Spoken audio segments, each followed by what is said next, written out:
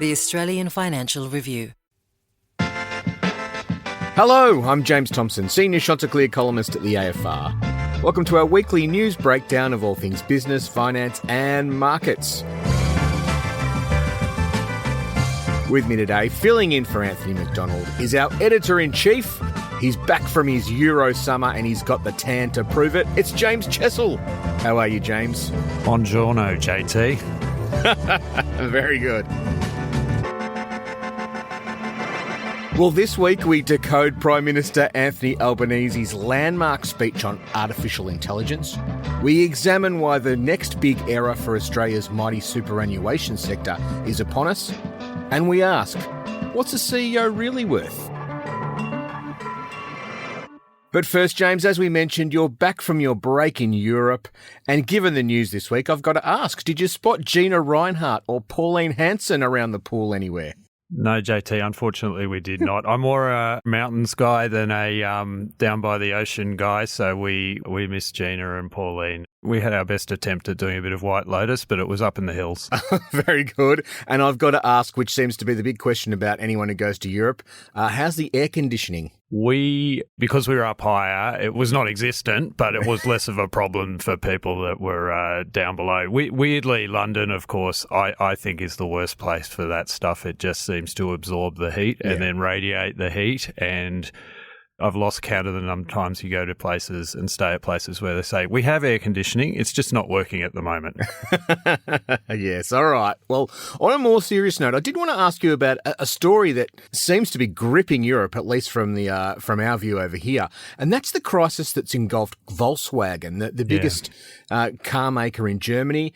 It's contemplating global job cuts of 100,000 workers as it battles what is the brutal remaking of the global car sector, which is, of course, being flooded with cheap Chinese cars, including plenty of EVs. Now, this is a story that's been building for some time, James, but it feels like it's come to a head with this Volkswagen stuff. It sure has, JT, and it's almost a personal one for me. I've owned a lot of average cars in my lifetime, but by far the favourite was a Volkswagen Golf, which I think most people agree is a good, fun car. But Volkswagen, of course, isn't just Golfs and Beetles. It's a conglomerate that includes brands like Audi, Porsche and Skoda.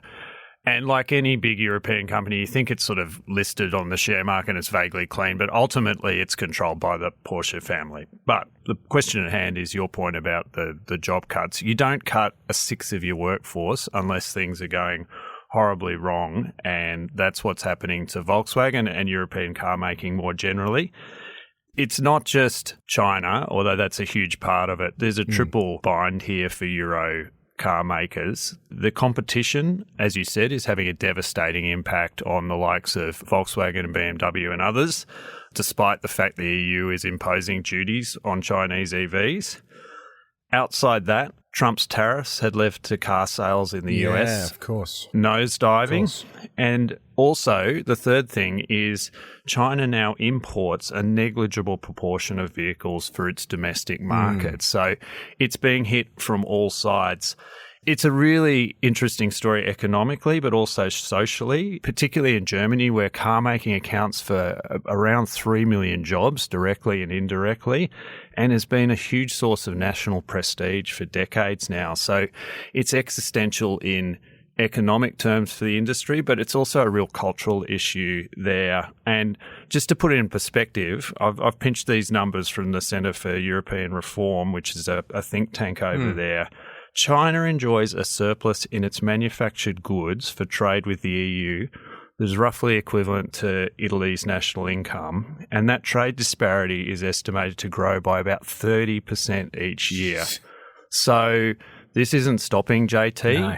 You know, as a former AFR Euro correspondent, it was interesting going back there. When I was there many years ago, it was the Greek economic crisis. And, you know, how are we going to bail out Greece and some of the other less economically strong countries there? But this is, I think, a more substantive problem, and it was dominating the news over there, as you can imagine. Well, and you look at it from the other side of things, James. This week we had growth figures out of China, the GDP growth figures. Now, 4.3% sounds pretty good, but it's the lowest since the COVID period, and it's well below even the Chinese target of growth for 4.5% to 5%.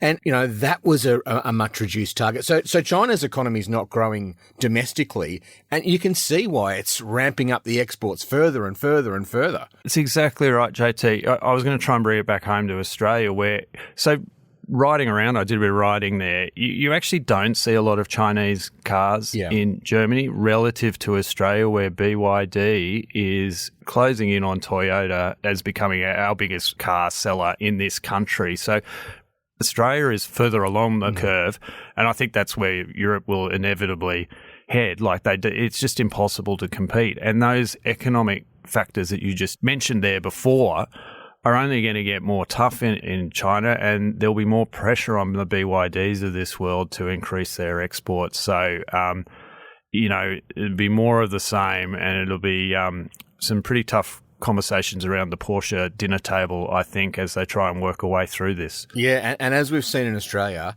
once a manufacturing industry like cars sort of starts to crack, you can't bring it back. There's no reversing, pardon the pun. It's a pretty ugly moment for parts of Europe, I think. Yep, I agree. All right, JT, catching up on all my reading this week, I noticed a very excellent column by you that mentioned some interesting pay data that was out, and it was about what our top bosses are earning. Now, let's be clear, there are still some fabulous pay packets out there. The best paid chief executive was a guy called Chris Hulls, who runs Life 360, which makes an app that my family and many other families use to track their kids. He got $47.7 million in the 2025 financial year, which coincidentally, JT, is what Anthony McDonald gets paid. Yes. But you were a little contrarian in your column, and it's easy, and I'm guilty of this as well. You get caught up in the headline numbers, but the pay for our top CEOs has effectively gone nowhere for a decade. What are the implications for this, and do we need to worry about whether our CEO class can survive? Please don't worry, we will not see CEOs shopping at Aldi anytime soon. Look, the median pay for an ASX 100 company CEO in 2025 still pretty high. It's $4.8 million, or 42 times the median Australian wage. Yep. That's good going. But I think just what's interesting is that there's been a lot of focus on pay for a long time, but what we've actually seen is that the Australian system, and I think that's probably includes superannuation funds who do pay a lot of attention to remuneration, and then, we've got this system where shareholders get a vote on the remuneration report every year. How long's that been going for now, JT? Best part of 10 years now. Okay. So what we've seen over that 10 years is a change. Yep. So if you look at cash pay, so that's actual fixed pay plus cash bonuses, that's actually fallen over the past decade by 1% per annum, which is not what you sort of expect to see. And then if you look at bonuses, which can include short-term bonuses, long-term bonuses, and grants of equity, they have increased by just 1.1% per annum over the past decade. So adjust those for inflation, and CEOs are certainly not absolutely minting it in Australia. Now, that's the median result. There will be outliers. And I think it's still possible to earn very big dollars as a CEO of an ASX-listed company, particularly when those share grants kick in and the CEOs get paid in equity. But that's sort of what we want to see, I think, because when a CEO does well out of equity, the rest of the shareholders do well out of equity, super fund members do well out of equity, and that's the sort of combination that I think we want to see. We want to see CEOs pay tied to what happens to the shareholders. I think it's just interesting the way this is quietly actually worked out in a way that's advantageous to investors broadly. I think that's right, JT. I think one of the pleasing impacts of the two-strike rule is it has encouraged boards, and mostly boards are reasonably conservative by nature. They don't want to be caught up in a bad shareholder vote, to engage with shareholders. And we've seen some interesting case studies of this in the AFR recently in our corporate coverage. We did a story a few weeks ago. Ant was involved, earning that big pay packet on on Jane Herdliger and Endeavour. There's been a good, interesting story about Xero and the CEO there. And I think the key to all of this is if a company is engaging with the shareholders and communicating properly and there's transparency, then there is scope to restructure these things in a way that works for both sides. I think it's when they try and pull a Swiftie, which happens less, that problems arise. Just to explain what that two-strikes rule is, there's a vote on CEO pay at the AGM every year. If you get 2 protests against the CEO pay report, and a protest is a 25% no vote, you get 2 in a row, then there can be a vote to spill the entire board. Yeah. And as you said, that's a pretty big stick to wave at directors. You may lose your job if the shareholders are not happy around pay. And that has forced, as you say, this dialogue to happen. And I think that's all investors want. They just want to be consulted and made to be part of the conversation. That is probably the big shift over the last 10 years. Yep. From what we can see in these numbers, it's broadly working. Yeah, James Hardie being an example on the other side where perhaps the dialogue was not as good as it could have been. And what happened? A number of directors voted off the board, so people get it. Indeed. Okay, JT, let's move to our first big topic of the week. Shock horror, it's AI. And on Wednesday, Anthony Albanese went to the University of Sydney, his old alma mater, to deliver a speech on artificial intelligence. Now, these things are inevitably described as a landmark speech, but I think there may be some truth to it. Yes. On this occasion. He had a very clear message. AI is now a top priority for the highest office in the land. We're going to get a new Office of AI that will be in the Department of Prime Minister and Cabinet, and we're going to get a new set of AI standards. 2 main issues, and I want to add a third in at the end of this chat, but copyright protections for the creatives and the media, and strict rules for data centre operators around energy and water, which is a contentious issue in many communities. Here's a bit of what the Prime Minister had to say. We will consult closely with industry and our trading partners to design a framework for faster decision-making, better supporting infrastructure and genuine community engagement. It is not our goal to try and legislate for every possible eventuality or risk. That only creates the risk of Australia missing out on investment altogether. This is about having the flexibility to keep pace with change and get out in front of it. JT, I think we agree this was a bit of a moment. Did Albo get the tone right? I reckon he did broadly. And I reckon there's a way to judge that. Within about an hour of the speech finishing, both Matt Comyn, the Chief Executive of CBA, Commonwealth Bank, and Sally McManus, the National Secretary of the Australian Council of Trade Unions, both came out and said, good on the Prime Minister for tackling this. It's an important national debate, and it's great to see the PM leading it. And I think that's about right. And what we heard in that grab, I think business can get behind, We're not trying to eliminate all the risks around AI. We do recognise this is a big global movement. We want to go fast as fast as we can. We want to be flexible. That's the sort of stuff that business likes. My only niggling concern, though, is that 6 weeks ago, we didn't really know that Albo was all that interested in AI. But he's clearly sniffed the political breeze, which is exactly what he's paid to do.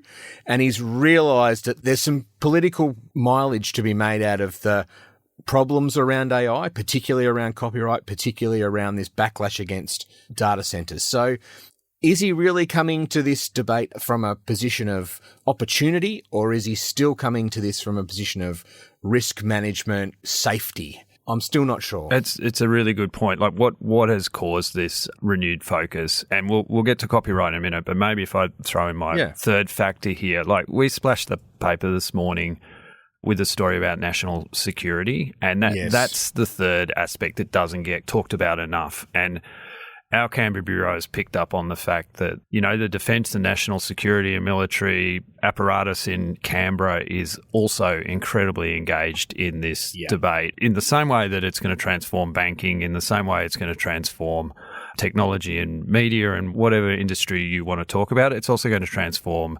espionage and warfare and all of those national security things. And I think from what we understand, and it's the subtext of the splash today, there's been some reasonably constructive and robust conversations among defence and others and the Prime Minister about getting on board with this, particularly as, forms of AI such as Mythos, just as I say, they're just going to transform the way conflicts between countries take place. Needless to say, we're in a pretty geopolitically uncertain world at the moment.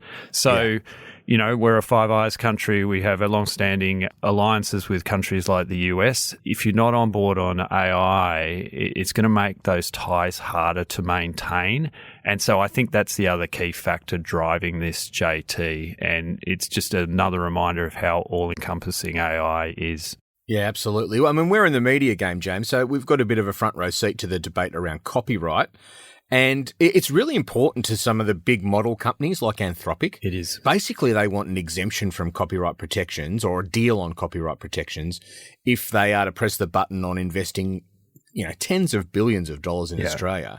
Do you think Albanese's quite tough position on copyright has shut the door to, the likes of Anthropic? No, I don't think it does. I think it was significant. Some people were disappointed that the Prime Minister didn't go further in terms of articulating a potential solution to the copyright issue, which is, I would say, probably the most contentious sticking point of this whole debate. The likes of Anthropic need to train their models. And, for us to have Australian adjacent AI, we want them to be able to train their models on Australian content. But the obvious question is how do creatives who've had a tough time with the digital revolution on a number of different fronts over the last 20, 30 years, how do they get proper compensation for their work when AI is, an incredibly efficient means of summarising and, to be frank, plagiarising other people's ideas? Yeah. We went through a kind of a light version of this with the News Media Bargaining Code. I'm not trying to pretend it's exactly the same thing, but some of the issues are similar. But the AI question is much more pervasive. And our media writer, Sam Buckingham-Jones, wrote a really interesting story this week based off an interview from a Spotify exec saying that each day there's more than 100,000 new songs going up on that platform, and a significant proportion of those involve AI. It's just everywhere. Without getting into the weeds on this, I do think it's not quite right to say that the big AI companies want a complete exemption. I'm sure that's not exactly what you mean, but they don't want so many roadblocks in the way that it becomes impossible for them. There's a world where they potentially negotiate these deals themselves. It's always better if the government doesn't get involved, but it's such an important issue that we do know the Attorney General and the Prime Minister himself are keeping a very close eye on it. It's natural when you've got a Labor government, particularly with a Prime Minister who likes his music and is close to the arts sector, that they're going to make sure that they're not disadvantaged. But it is a really hard knot to untie, and my understanding is they're not close to a solution at this time, and we will probably be talking about this in several months. Nowhere in the world has particularly cracked this, so Indeed. We are going to have to try and be first through the door, which is not an easy place to be. The other issue we mentioned before is energy and water, and social license is a big part of this conversation. We've seen parts of the US where that can go wrong. JT, what do you think about these new rules for data centres? Will they hurt development, or will a bit of certainty actually help? It's really hard to say at this stage. I mean, the ask that Albo has outlined is pretty big. He's basically saying that data centres don't just have to bring their own power and water. They need to contribute more power to the grid than they take out, which is really interesting in lots of ways. Is the government here trying to turbocharge the energy transition? Do they see an opportunity to kill two birds with one stone? Not sure, but it certainly sets a new standard. It does appear that it's going to be prospective, not retrospective. So this will apply to new data centres and large data centres. Exactly where the cutoff or the definition of the data centres captured by this isn't quite clear. It seems to be aimed at the data centres that will be backed by the hyperscalers who have very deep pockets. So maybe that's fair enough. I don't think the data centre guys will be massively upset because they'll be seeing similar rules around the world. As you said, there's a backlash in America. We saw New York State and Texas talk about moratoriums on data centers just this week. So these sort of requirements are going to be commonplace. It was interesting. I think we had Robin Cooter, the founder of AirTrunk, in the paper. Basically, I'm paraphrasing here, but sort of saying, we can live with these rules. The problem is, do we have enough power? Can we get the approvals fast enough? I think it's a good point. So there's a sort of practical issue at play here too. The data center operators, they'll work around these rules, but getting these things out of the ground still isn't the easiest thing. We don't have time for it, but it leads us to a conversation about energy and renewable power and the need to get that moving more quickly. But you have to solve a bunch of problems. We mentioned copyright, but energy is another huge one to get this going. That's probably why it's a good thing that the Prime Minister's stamped his authority on this. As with any kind of announcement, the proof will be in the pudding in about 6 to 12 months' time when we see what actual progress has been made. And he's got some pretty well-credentialed people, such as Andrew Charlton, working behind the scenes on this. But it is such an important opportunity for this country to set itself up for the next 20, 30 years. Yeah, we can't afford to miss this boom. Agree. As you said, it involves bringing together so many strands of the economy and parts of government, parts of business, capital markets. It's not going to be easy. And then you add on top of that the fact that AI is moving so quickly. So Albo's now made himself Mr. AI. You know, he's put this right in the heart of government now. Given the AI circus is so dynamic, does the Prime Minister have bandwidth for this? Has he made a rod for his own back, potentially? I think symbolically it was a good move. And if he delegates, as any Prime Minister should, to the likes of Charlton and others, you know, the Attorney General's obviously involved in the legal side of things, I think it's a pretty appropriate thing to do. On this podcast, in the newspaper, we have spent an inordinate amount of time saying that AI is the generational challenge, not just for Australia, but for the world. And there's a huge opportunity that comes with that. So I think it would be churlish to then say, when the Prime Minister says he wants to run the show and stamp his authority on it, I think it would be churlish to say that that's a bad move. It is the main game. He should be focused on it to a large extent.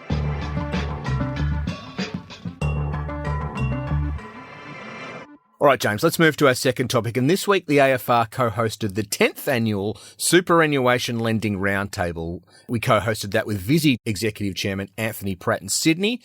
And once again, it was a veritable who's who of heavyweights from across the economy. Now, here's a few of the names in attendance. The Prime Minister Anthony Albanese, the former Prime Minister and the godfather of the super sector, Paul Keating. We had the former Federal Treasurer and the Cbus Chairman, Wayne Swan, Westpac CEO, Anthony Miller, ANZ CEO, Nuno Matos, Deanne Stewart, who's the Chief Executive of Aware Super, one of our biggest funds.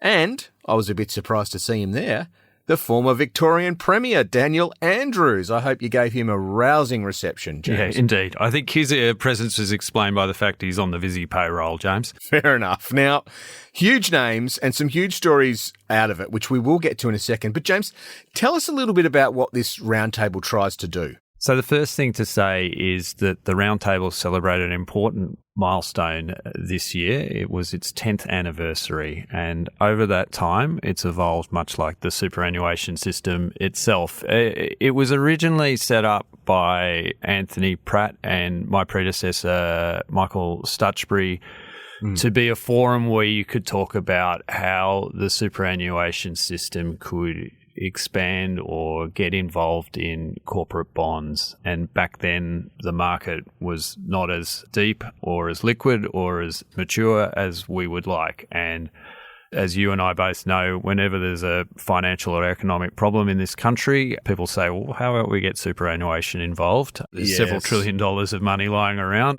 But in this case, I think there was a lot of merit in the discussion. Yeah. Over that 10 years, bonds have remained at the heart of it, but it has also evolved into a broader conversation about the role of superannuation. And one of the really interesting and, you know, I guess obvious themes to emerge from this particular event was that, you know, as we move into the deaccumulation phase, the pension phase, however you want to describe it, for many Australians as the population ages, how does the superannuation system come along with that? Now, this is not a new idea. It has been discussed all over the place, but you know, to have such a heavyweight group of people talk about it was pretty special. And it was, you know, I've been to 5 of these now, and this was easily the most interesting. There was really good, constructive conversation. People didn't agree, but the debate was really intelligent and respectful. And there's a lot of different areas we could go as we discuss it.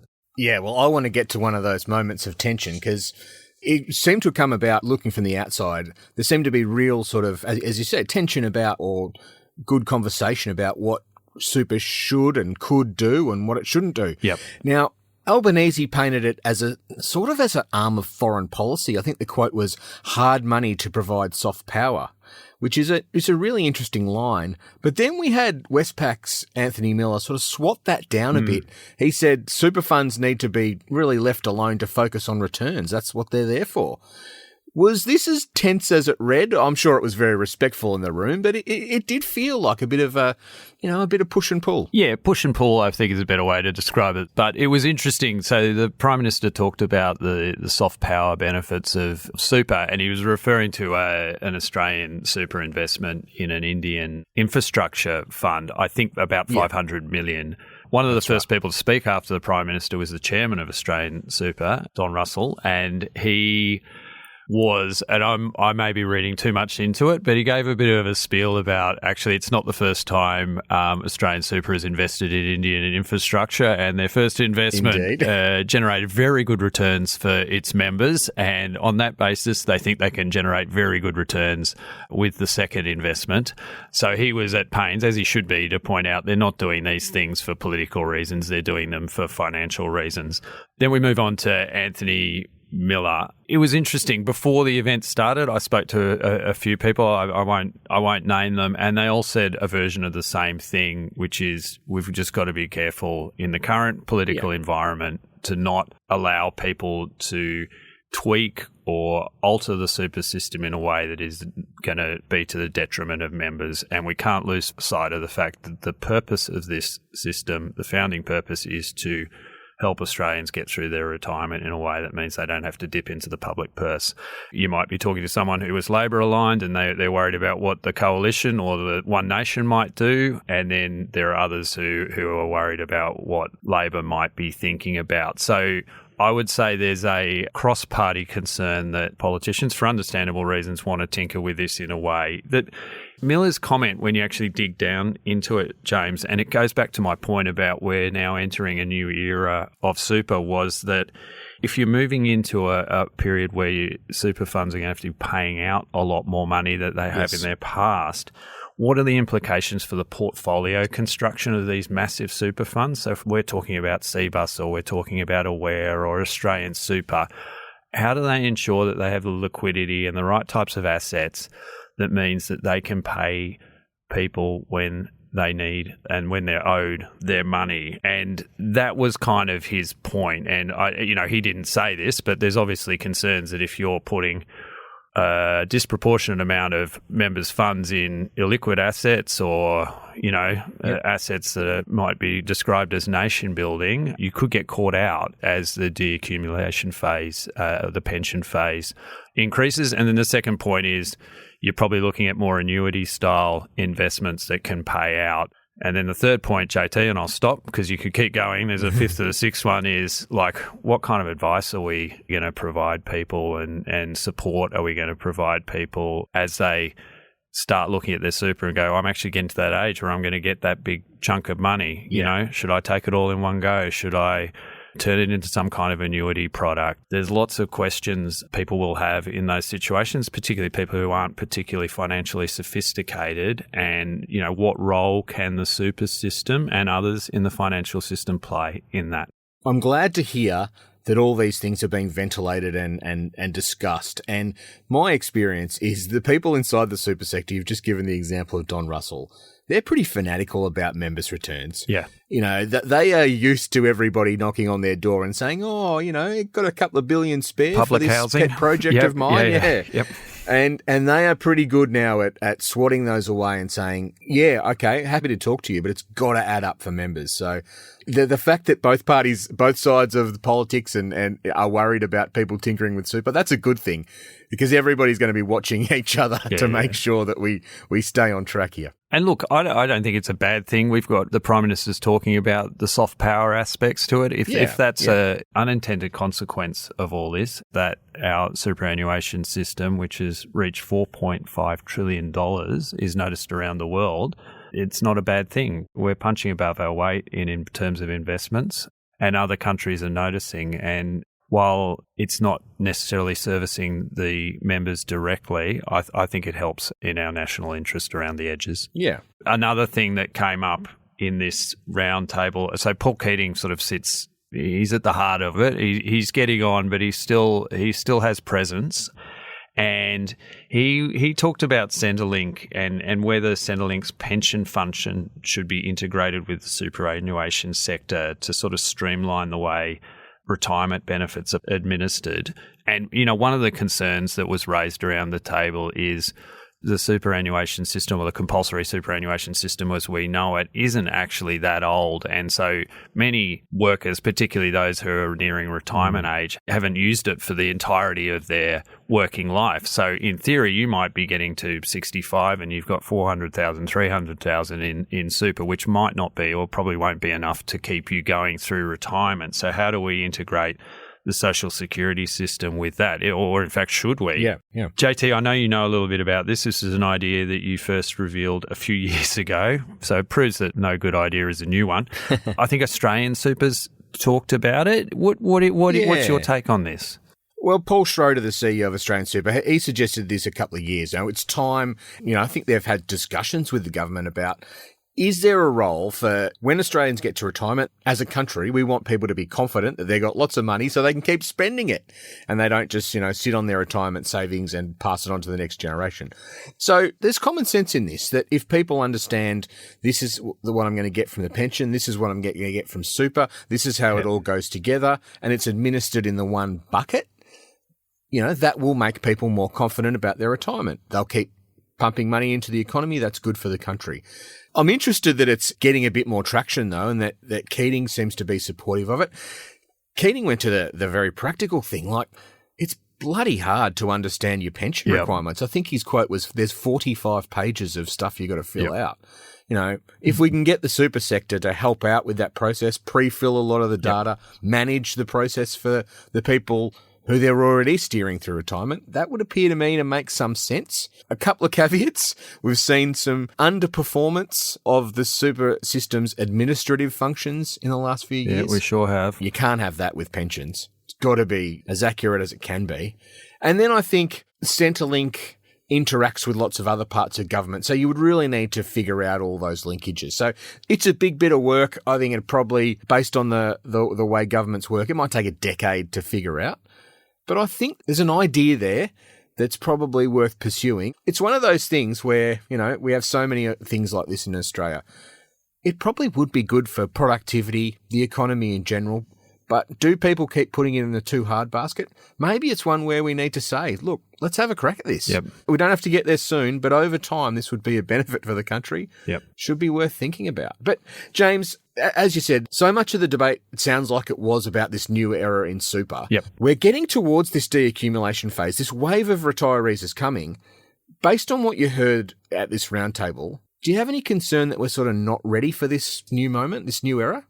I think in terms of the portfolios themselves, and this is a generalisation, the vast majority of funds know this is coming and are having a lot of conversations and strategic discussions about how they construct their portfolios in a way that they can meet the demands of their members. Now, I'm not for a minute saying it's going to go completely smoothly, and your point about the administrative service side is a good one, but if you give them a benefit of the doubt on the way they've grown super balances over the years, you couldn't say they don't know this is coming. I think where it's going to get interesting is on the advice side. We had a Royal Commission into banking and financial services not so long ago, and one of the key outcomes of that was to have a less laissez-faire approach to financial advice, and that was a pretty understandable result of that Royal Commission.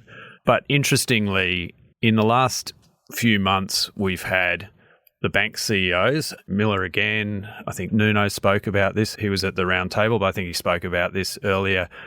Talk about the importance of retirees being given good financial advice. Absolutely. I don't think the banks want to rush back into any of this, but I think they're just doing their job and making a point about an important public policy point, which is you can't be in a position where hundreds and thousands of Australians are retiring with relatively huge amounts of money and aren't being given good advice about what to do with that money. As I said before, some of them won't be wildly sophisticated investors either. So do the super funds, and they're limited currently in what they can do. There's some advice they can provide, but there's a lot of advice they can't provide. Should they be given more scope to advise people? What kind of products should people be offered?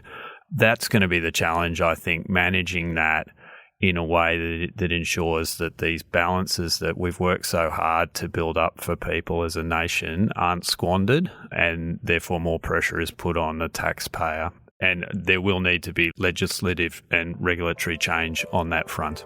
Yeah, it's going to keep our eyes glued on the super sector for a long time to come. Okay, James, we better take a break, but we'll come back with two very important questions. Who's going to win the World Cup, and when should a CEO go on holidays? Back in a sec.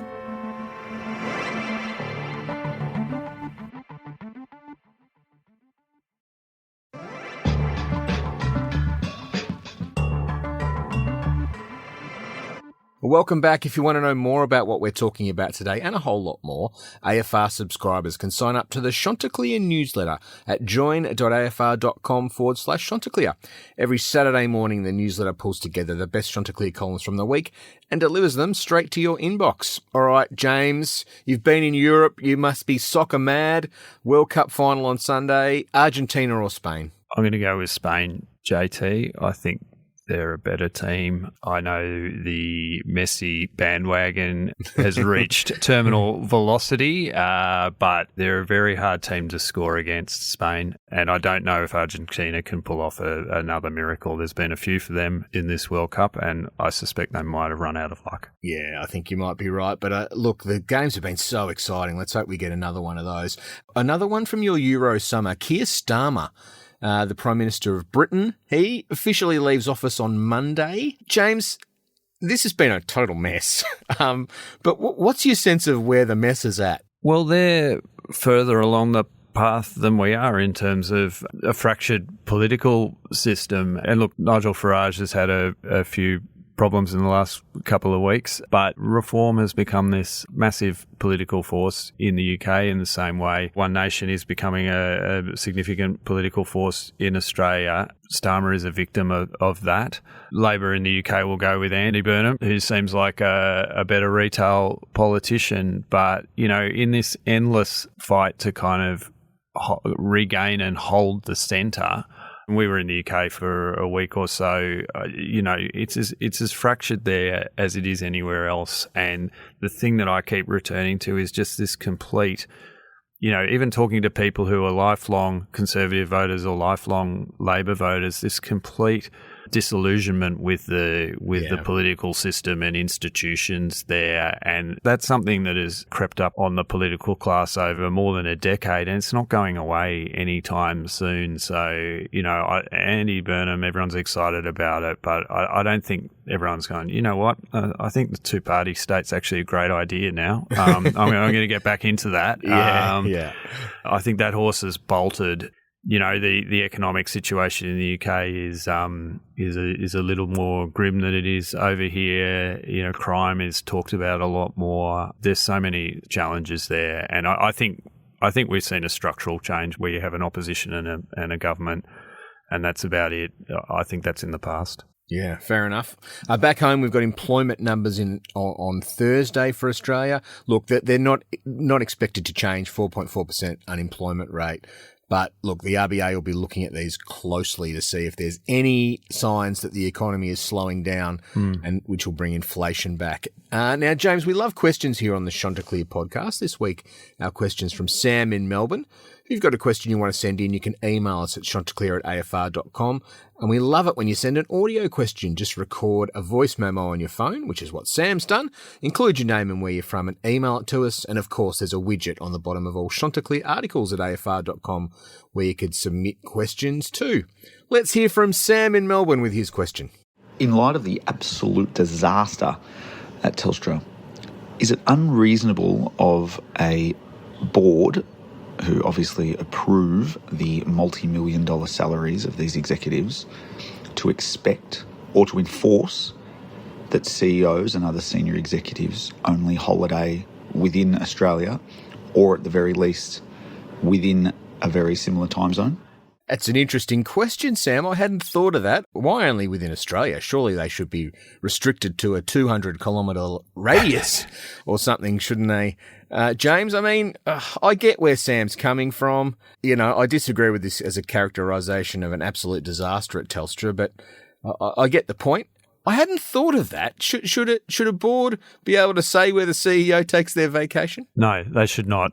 It's a great question from Sam, but I think we're getting into fairly ridiculous territory if we're saying a CEO can't, go to a different time zone when they want to go on holidays. Two things can be true. CEOs should be allowed to go on holidays, within reason where they want. And then if something bad happens, they should be required to come back, even for symbolic reasons. And I think that's what happened at Telstra. But the thing that gets lost a bit in a lot of the slightly hysterical coverage outside the AFR on this is there was a CFO on the ground. He had delegated authority. There's nothing Vicky could have added to the situation except to make people at certain news outlets feel better about themselves. And it's actually really important for companies to have delegated authority in situations like this. If you run a company where the CEO can't be out of the time zone, you're not actually doing your job as a board. You're not giving other execs the room to grow, and you're actually not giving them the room to execute their responsibilities.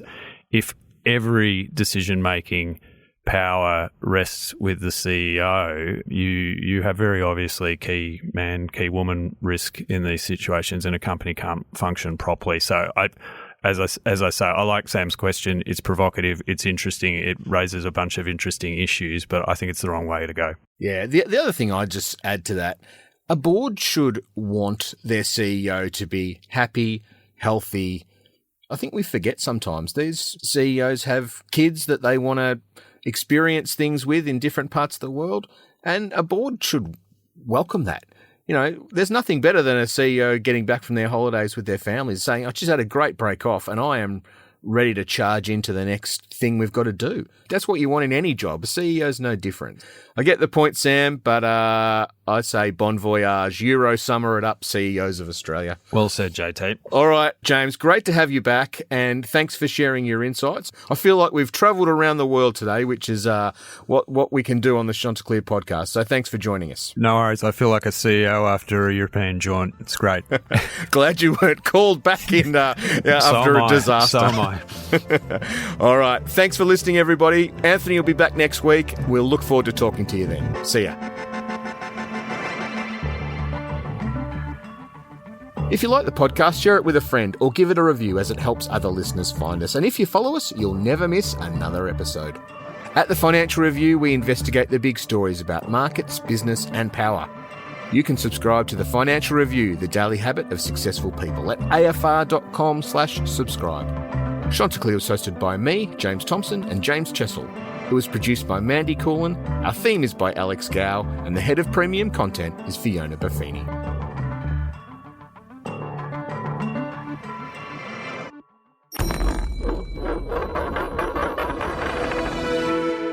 The Australian Financial Review.